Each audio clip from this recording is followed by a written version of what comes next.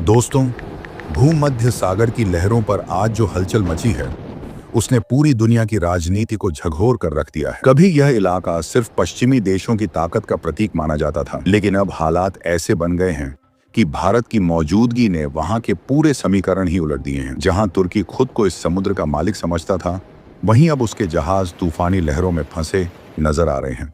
क्योंकि भारत ने इस बार कोई साधारण कदम नहीं, बल्कि ऐसी रणनीतिक चाल चली है जिसने नाटो, अमेरिका और यूरोप सभी को सोचने पर मजबूर कर दिया है।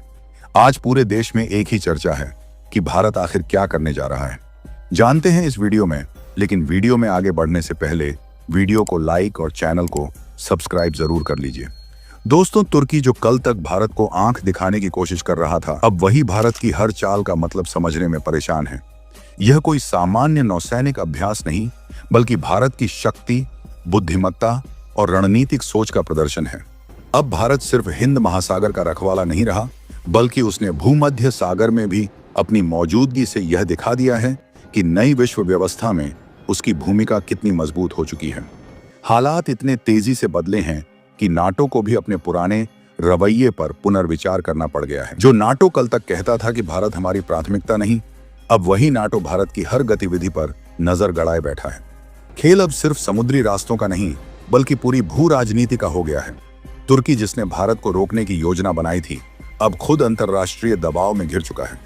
नाटो के दखल ने भूमध्य सागर की हवाओं का रुख ही पलट दिया है। अब यहां पानी के साथ साथ ताकत और कूटनीति की लहरें भी टकरा रही हैं। भारत चुप जरूर है, लेकिन उसका हर कदम नापातौला और दूरगामी है, और दुनिया समझ चुकी है कि भारत जो भी करता है वह किसी आकस्मिक भाव में नहीं, बल्कि ठोस रणनीति के तहत करता है। पिछले कुछ घंटों में नाटो ने जो कदम उठाए हैं, उसने खेल की पूरी दिशा ही बदल दी है। अब यहां 150 से ज्यादा युद्धपोतों की तैनाती हो चुकी है। जिब्राल्टर जलसंध और स्वेज नहर, जो भूमध्य सागर की सांसें कही जाती हैं, अब पूरी तरह नाटो की निगरानी में है। एक तरफ यूरोप के रास्ते बंद हो रहे हैं और दूसरी तरफ एशिया के द्वार सिकुड़ रहे हैं।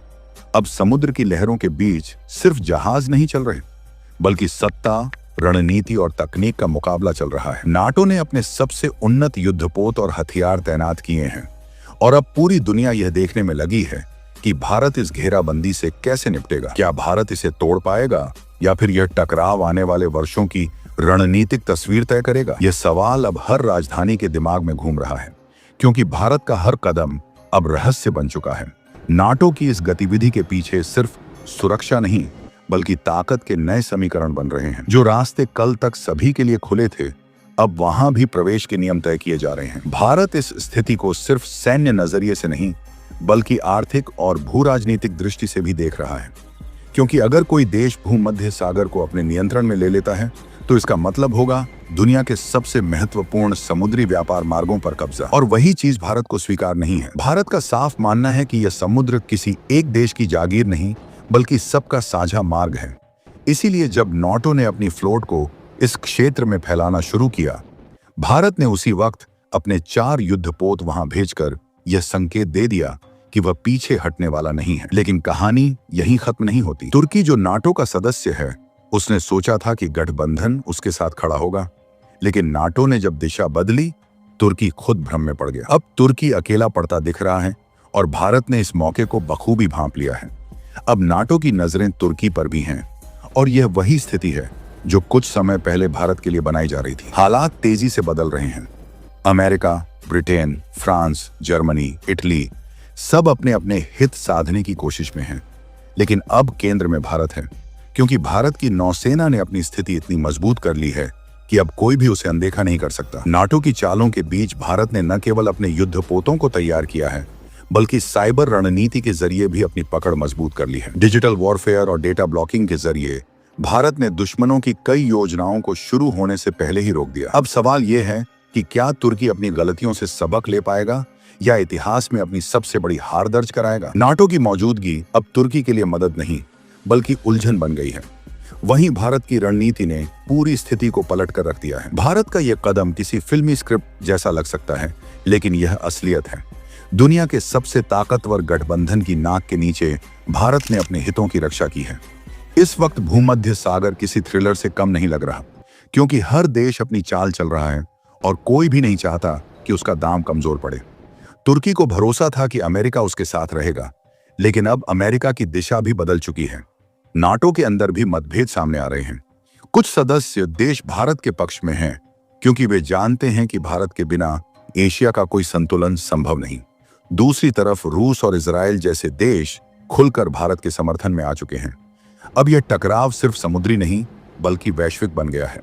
नाटो ने यह सोचकर कदम बढ़ाया था कि भारत दबाव में आ जाएगा, लेकिन हुआ इसका उल्टा। भारत ने न केवल अपनी स्थिति मजबूत रखी बल्कि अंतर्राष्ट्रीय समर्थन भी जुटा लिया। रूस ने कहा है कि अगर भारत पर कोई अनुचित दबाव बनाया गया तो वह चुप नहीं बैठेगा। यह बयान पूरी दुनिया में सुर्खियों में है।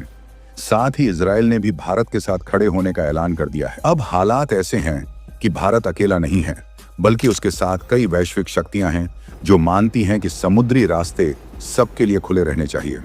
नाटो का मकसद जहां नियंत्रण हासिल करना है, वहीं भारत का उद्देश्य संतुलन और स्वतंत्रता बनाए रखना है। यही दो विचारधाराएं अब आमने सामने हैं। इस बीच अमेरिका के इरादे भी अब साफ हो रहे हैं। वह चाहता है कि भूमध्य सागर पर पूरा नियंत्रण नाटो के जरिए उसके हाथ में रहे। उसने तुर्की को आगे करके भारत के खिलाफ मोर्चा खोलने की कोशिश की थी, लेकिन जैसे ही तुर्की फंसने लगा, अमेरिका खुद मैदान में उतर गया। लेकिन भारत ने पहले ही तैयारी कर ली थी। उसने 150 से ज्यादा देशों को साथ लेकर समुद्री सुरक्षा के लिए एक अंतर्राष्ट्रीय नेटवर्क तैयार किया। अब यह मुकाबला किसी युद्ध से कम नहीं। समुद्री ताकत, साइबर क्षमता, कूटनीति और वैश्विक समर्थन सब एक साथ खेल में हैं। भारत ने साफ कह दिया है कि भूमध्य सागर किसी की निजी जागीर नहीं है। अब यह सिर्फ एशिया और यूरोप को जोड़ने वाला मार्ग नहीं, बल्कि पूरी दुनिया के व्यापार और सुरक्षा का केंद्र बन चुका है। भारत ने अपने सहयोगी देशों के साथ मिलकर एक नई पहल शुरू की है, जिससे यह सुनिश्चित किया जा सके कि कोई भी ताकत इस क्षेत्र पर कब्जा न कर सके। रूस, चीन, Japan, Australia, Indonesia, Vietnam, Malaysia सभी देशों ने भारत की इस नीति का समर्थन किया है। अब भूमध्य सागर सिर्फ युद्धपोतों का मैदान नहीं रहा, बल्कि यह नई विश्व व्यवस्था की प्रयोगशाला बन चुका है, जहां हर देश यह देखने की कोशिश कर रहा है कि 21वीं सदी की असली शक्ति किस दिशा में झुकेगी। भारत ने न केवल अपना रुख स्पष्ट किया, बल्कि यह भी दिखाया कि नई दुनिया में वह किसी के दबाव में नहीं आने वाला। उसकी रणनीति शांत है लेकिन प्रभावशाली, उसकी चाल धीमी है लेकिन दूर तक असर करने वाली। और यही वजह है कि आज नाटो के गलियारों से लेकर व्हाइट हाउस तक एक ही चर्चा है कि भारत का अगला कदम क्या होगा। तुर्की अब असमंजस में है, अमेरिका उलझन में है और यूरोप बंट चुका है। भारत ने इस बार सिर्फ एक समुद्र नहीं बल्कि पूरे ग्लोबल पावर गेम की दिशा बदल दी है। अब आने वाले दिनों में जो होगा वह न सिर्फ इतिहास बनाएगा, बल्कि यह भी तय करेगा कि भविष्य की अंतर्राष्ट्रीय राजनीति का केंद्र कौन होगा। भूमध्य सागर की लहरों पर भारत की मौजूदगी ने यह साफ कर दिया है कि अब एशिया की आवाज को अनसुना नहीं किया जा सकता। भारत ने यह दिखा दिया कि वह सिर्फ रक्षा नहीं, रणनीति और दृष्टिकोण में भी सबसे आगे है। अब दुनिया को यह मानना पड़ेगा कि 21वीं सदी की असली शक्ति संतुलन भारत के बिना अधूरा है। दोस्तों, भूमध्य सागर अब सिर्फ एक भौगोलिक स्थान नहीं, बल्कि एक विचार बन चुका है। स्वतंत्रता, संप्रभुता और साझेदारी का विचार। और भारत इस विचार का सबसे मजबूत प्रतिनिधि बन चुका है। जो खेल कभी पश्चिम के इशारों पर चलता था, अब उसमें भारत की शर्तें चलने लगी हैं। यह भारत की नई भूमिका का संकेत है। एक ऐसा देश जो बोलता नहीं, करता है, और जब करता है तो पूरी दुनिया देखती रह जाती है। यही नई कहानी है उस देश की जिसने समुद्र की लहरों को भी अपनी रणनीति का साथी बना लिया है। फिलहाल इस खबर में इतना ही।